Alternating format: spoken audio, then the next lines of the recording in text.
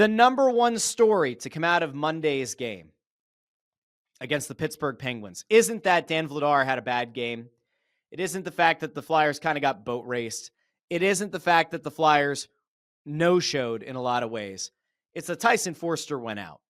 And Foerster wound up for a shot, and as he took the shot, immediately he let go of his stick and grabbed his arm, grabbed his shoulder.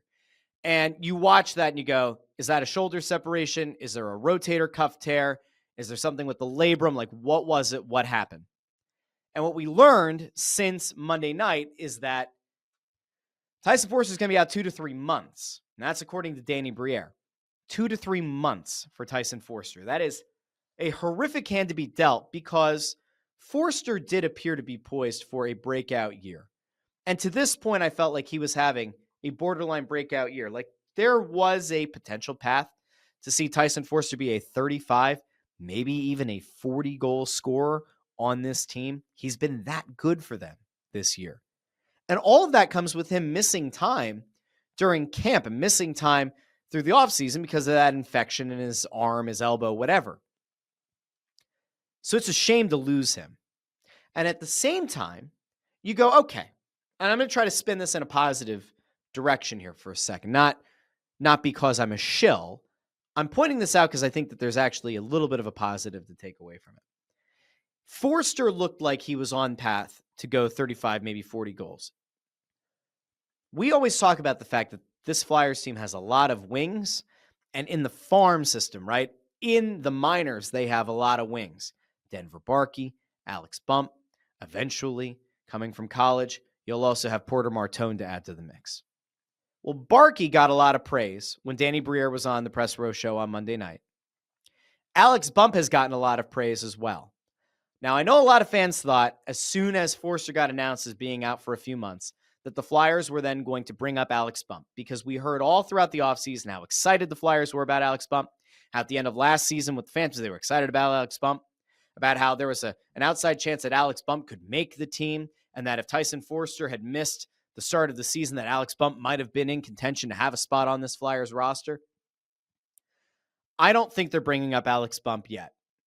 In fact, we know that they didn't, right? They made another call up, and it's not Alex Bump, and it's not Denver Barkey. It's a short-term fix.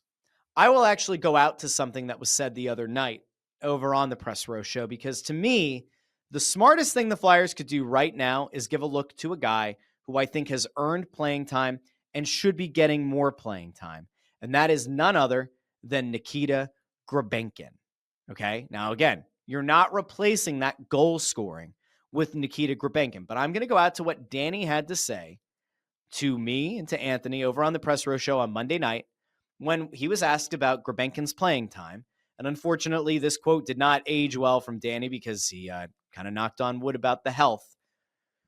This is pregame. This is before the injury happened. But I want you to listen to Danny Briere and then tell me that I'm crazy about Grabenkin maybe getting a look.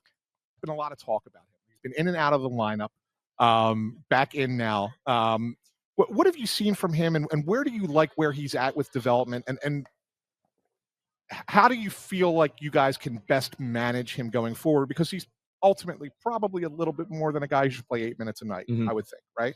Well, we hope so, right. But you never know, right? It depends how the players has to at some point take the ball and run with it too.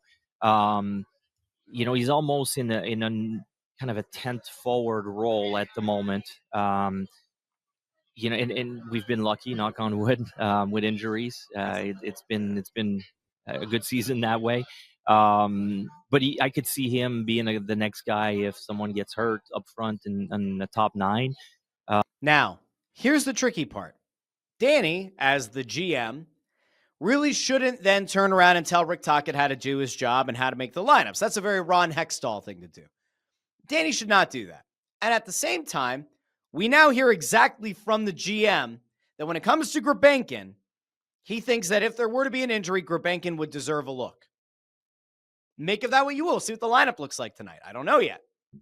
All right, back to Danny. You're trying to get him ready for that. There's been a lot of teaching with him. The language is obviously a little bit of an issue here and there. But he's learning. He's getting better. The coaches are working with him on the proper routes and proper position.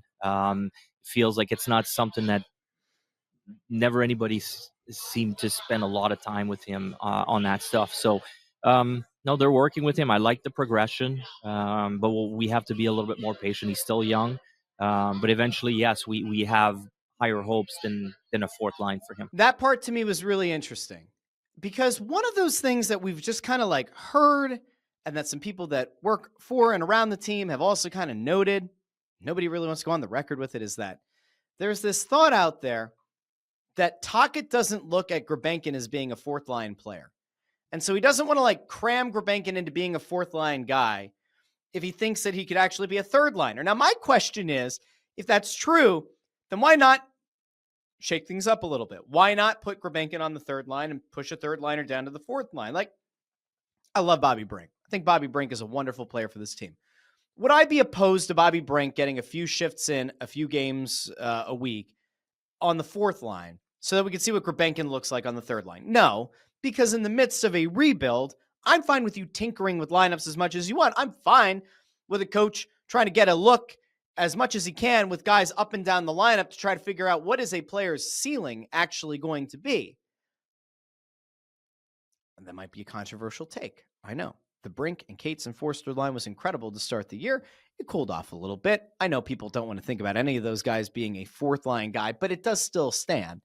Like, listen, if Gulbenkian, in their minds, is a third line guy, well, then I hope he's going to get a look here on the third line. I am not actively pushing for or promoting the idea that Nikita Gulbenkian should be a top six forward on this team. That's insane.